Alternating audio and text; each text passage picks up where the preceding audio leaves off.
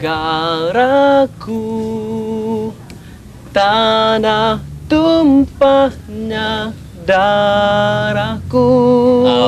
Amboi Lan, seronok nampak. Kenapa seronok sangat ni? Kenapa Min? Ada yang tak kena dengan saya ke tadi? Tak ada apa, biasa je. Cuma kalau nyanyi lagu kebangsaan, kita kena tunjuk rasa hormat. Dulu kita tak ada pun lagu kebangsaan. Kita terpaksa nyanyi lagu God Save the Queen daripada England tu sebagai lagu kebangsaan kita. Minta maaf Min, minta maaf. Saya betul-betul terlupa. Sepatutnya sebagai rakyat Malaysia, kita mesti tunjuk rasa hormat pada lagu kebangsaan dengan berdiri tegak dan menyanyi dengan penuh semangat. Ya tu Lan, tahu pun. Alah, saya tahu sebenarnya Min. Tapi tadi tu saya sengaja je orang kata nak menghayati lagu kebangsaan. Yelah, saya faham. Min, ceritalah lagi. Berminat pula saya nak tahu tentang sejarah lagu negaraku. Baiklah Lan. Begini, lagu negaraku dicipta pada tahun 1957. Pemilihan lagu negaraku dibuat oleh Allahyarham Tunku Abdul Rahman yang mengetuai jemaah hakim di Dewan Polis Depuh Kuala Lumpur. Mereka menilai dan mengadili 4 buah lagu cadangan yang dipersembahkan oleh Pancaragam Polis Diraja. Begitu. Tapi bagaimana pula terhasilnya rentak lagu negaraku ni? Lagu negaraku dicipta berdasarkan lagu Terang Bulan. Kau tahu kan, lagu Terang Bulan dia lagu kebangsaan kepada negeri Perak.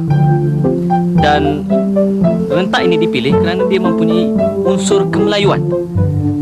Kemudian Majlis Raja-Raja telah memperkenankan keputusan jemaah hakim dan lirik lagu negaraku digubah semula oleh Encik Saiful Bahari berdasarkan kepada lagu Terang Bulan tadi.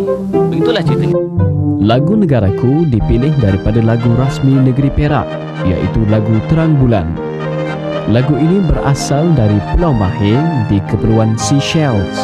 Lagu tersebut telah dibawa pulang oleh Raja Abdullah setelah baginda selesai menjalani hukuman buang negeri di Kepulauan Seychelles kerana didakwa bersubahat membunuh Presiden British di Perak, iaitu J.W.W. Birch.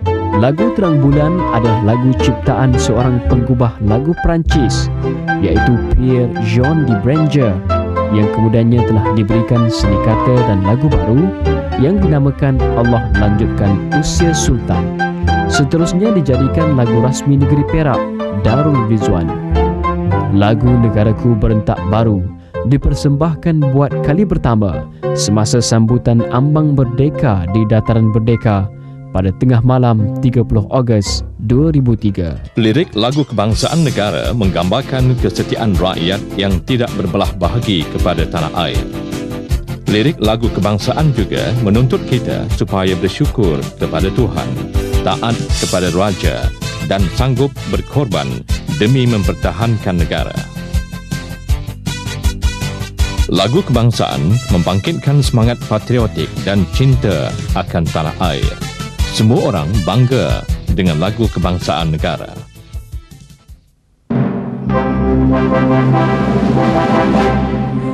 Negaraku, tanah tumpahnya darahku, rakyat hidup bersatu dan maju.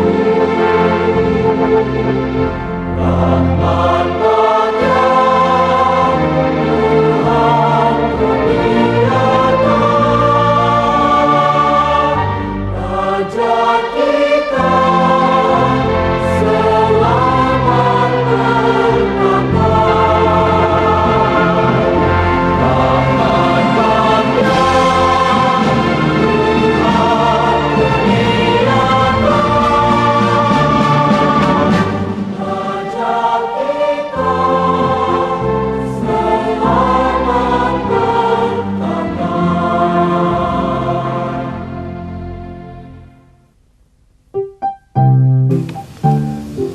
Lan, Ya Min? cuba tengok ni. Banyak juga negara yang ikut serta dalam Piala Dunia baru ni kan? Yalah. Lambang negara diorang menarik juga. Min, buat pula awak nak bangga dengan lambang negara orang lain. Negara kita pun ada lambang tersendiri tau. Oh, ya tak ya juga. Lambang negara kita ialah Jatanegara, betul tak? Betul tu, Min. Setiap negara mempunyai jata negara masing-masing. Sama lah juga seperti negara kita yang menjadi kebanggaan penduduk di negara kita. Setiap lambang pada jata negara mempunyai maksud yang tertentu. 4 jalur berlainan warna di tengah-tengah perisai merujuk kepada negeri Perak, Selangor, Negeri Sembilan dan Pahang. Dahulunya dikenali sebagai negeri-negeri Melayu bersekutu. Warna hitam dan putih melambangkan negeri Pahang. Warna merah dan kuning melambangkan negeri Selangor. Warna hitam, putih dan kuning melambangkan negeri Perak. Warna merah, hitam dan kuning melambangkan Negeri Sembilan. Di bahagian kanan perisai pula terdapat pokok Melaka yang melambangkan Negeri Melaka.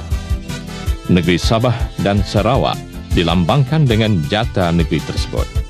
Di antara lambang Negeri Sarawak dan Sabah terdapat sekuntum bunga raya yang melambangkan bunga kebangsaan negara kita. 2 ekor harimau yang menyokong perisai itu bermaksud keberanian. Harimau merupakan lambang yang penting di negara-negara seperti Malaysia dan India. Pada lambang negara Malaysia, iaitu jata negara, 2 ekor harimau yang berdiri di kedua-dua belah perisai melambangkan kekuatan dan keberanian. Lambang harimau juga digunakan pada logo syarikat Malaysia seperti Maybank dan Proton. Di bawah perisai itu pula terdapat cogan kata iaitu bersekutu bertambah mutu yang bermaksud semangat permuafakatan akan mengeratkan lagi perpaduan antara negeri di Malaysia.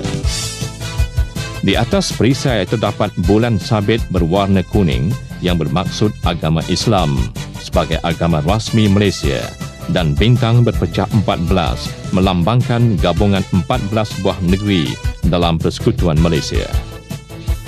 Di bahagian kiri perisai terdapat sebatang pokok pinang yang mewakili negeri Pulau Pinang. 5 bilah keris pada perisai melambangkan negeri Perlis, Kedah, Kelantan, Terengganu dan Johor yang dahulunya dikenali sebagai negeri-negeri Melayu tidak bersekutu.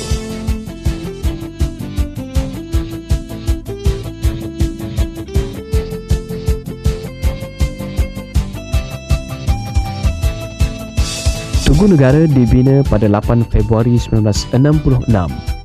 Tugu tersebut berdiri setinggi 15 meter.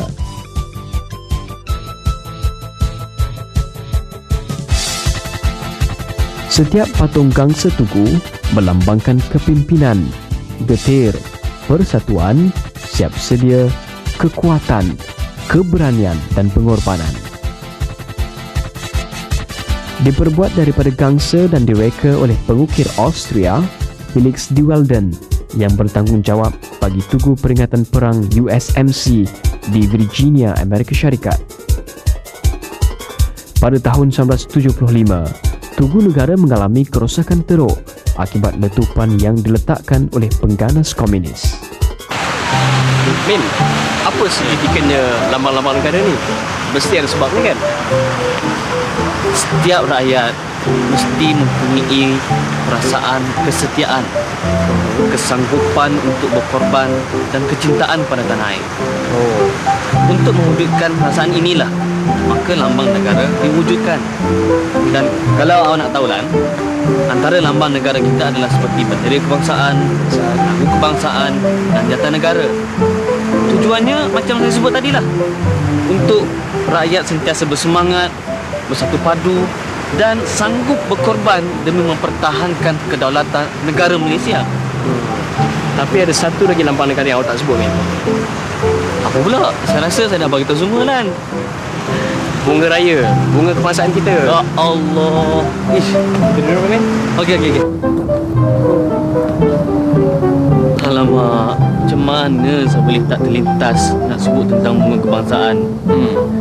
Memandangkan awak dah sebut tentang bunga kebangsaan kan, apa kata awak pula yang bercerita pada saya? Tak ada masalah, Min. Macam macam ni. Bunga raya merupakan sejenis tumbuhan yang sering ditanam sebagai pokok hiasan. Nama saintifiknya ialah Hibiscus rosa sinensis. Alamak, tahulah awak hebat sains. Tapi tak apalah, awak cerita teruskan cerita. Cuma yang penting jangan lupa untuk bagi tahu saya macam mana proses akhirnya bunga raya boleh jadi bunga kebangsaan. Boleh, Min. Tapi kalau nak tahu dengan lebih lanjut, jom ikut saya. Jom.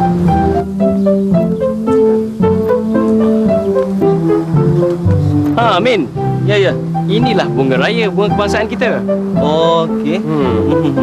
Selepas mencapai kemerdekaan, Kementerian Pertanian telah diarahkan untuk memilih bunga yang sesuai untuk dijadikan bunga kebangsaan.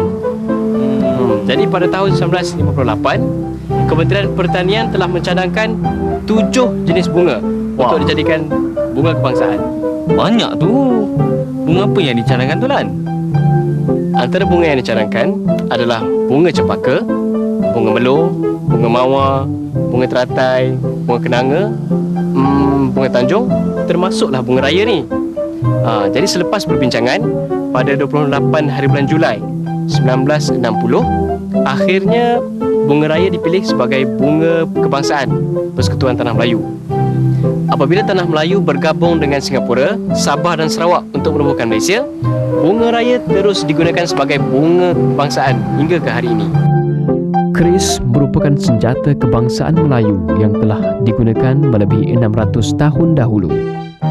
Senjata yang sinonim dengan dunia Melayu ini boleh didapati di kawasan berpenduduk Melayu seperti Malaysia, Indonesia, Singapura, Thailand Selatan dan Filipina Selatan iaitu Mindanao dan Brunei. Keris digunakan untuk mempertahankan diri, misalnya sewaktu bersilat dan sebagai alat kebesaran diraja. Senjata ini juga merupakan lambang kedaulatan orang Melayu. Keris yang paling masyhur ialah keris Taming Sari, merupakan senjata Hang Tuah, seorang pahlawan Melayu yang terkenal. Keris berasal dari Kepulauan Jawa dan keris purba telah digunakan antara abad ke-9 dan abad ke-14. Senjata ini terbagi pada 3 bahagian iaitu mata, ulu dan sarung. Keris sering dikaitkan dengan kuasa mistik oleh orang Melayu pada zaman dahulu. Antara lain, terdapat kepercayaan bahawa keris mempunyai semangatnya yang tersendiri. Rukun negara diwujudkan antara lain adalah bertujuan untuk membentuk perpaduan yang lebih erat di kalangan rakyat Malaysia dan memelihara cara hidup yang lebih demokratik. Dengan menghayati rukun negara, diharap dapat melahirkan masyarakat yang adil, iaitu kemakmuran negara dinikmati secara adil dan saksama, membina dan membentuk sikap rakyat yang menghargai nilai tradisi kebudayaan yang kaya dengan pelbagai corak, serta membina masyarakat progresif yang memanfaatkan sains dan teknologi moden. Rukun negara menjadi panduan kepada seluruh rakyat Malaysia yang berbilang kaum ke arah pembentukan integrasi nasional dan menjamin kesejahteraan rakyat yang bersatu padu, demokratik dan adil. Kepercayaan kepada Tuhan, kesetiaan pada raja dan negara, keluhuran perlembagaan, kedaulatan undang-undang dan kesopanan dan kesusilaan merupakan rukun negara yang diisytiharkan oleh Duli Yang Maha Mulia Seri Paduka Baginda Yang di-Pertuan Agong keempat pada 31 Ogos tahun 1970 sempena sambutan ulang tahun ke-13 kemerdekaan negara. Sejarah rukun negara bermula seawal kedatangan Inggeris dan dasar imigrasi liberal yang diperkenakan oleh Inggeris. Ia menyebabkan kemasukan besar-besaran tenaga buruh dari negara China, India dan Indonesia untuk bekerja di lombong dan estet serta berniaga di bandar. Di bawah dasar pecah dan perintah oleh kerajaan kolonial Inggeris, ketiga-tiga kumpulan etnik tersebut dipisahkan dari segi tempat tinggal dan pekerjaan. Kebanyakan orang Melayu tinggal di desa dan bekerja di sektor pertanian, antara orang Cina tinggal di bandar dan melibatkan diri dalam perniagaan. Orang India pula tinggal dan bekerja di estate-estate. Hanya sebilangan kecil sahaja yang tinggal di bandar. Ketiga-tiga etnik ini turut dipisahkan dari segi pendidikan dengan wujudnya sekolah aliran masing-masing tanpa sukatan pelajaran yang sama. Keadaan ini berterusan sehinggalah negara mencapai kemerdekaan pada 31 Ogos tahun 1957.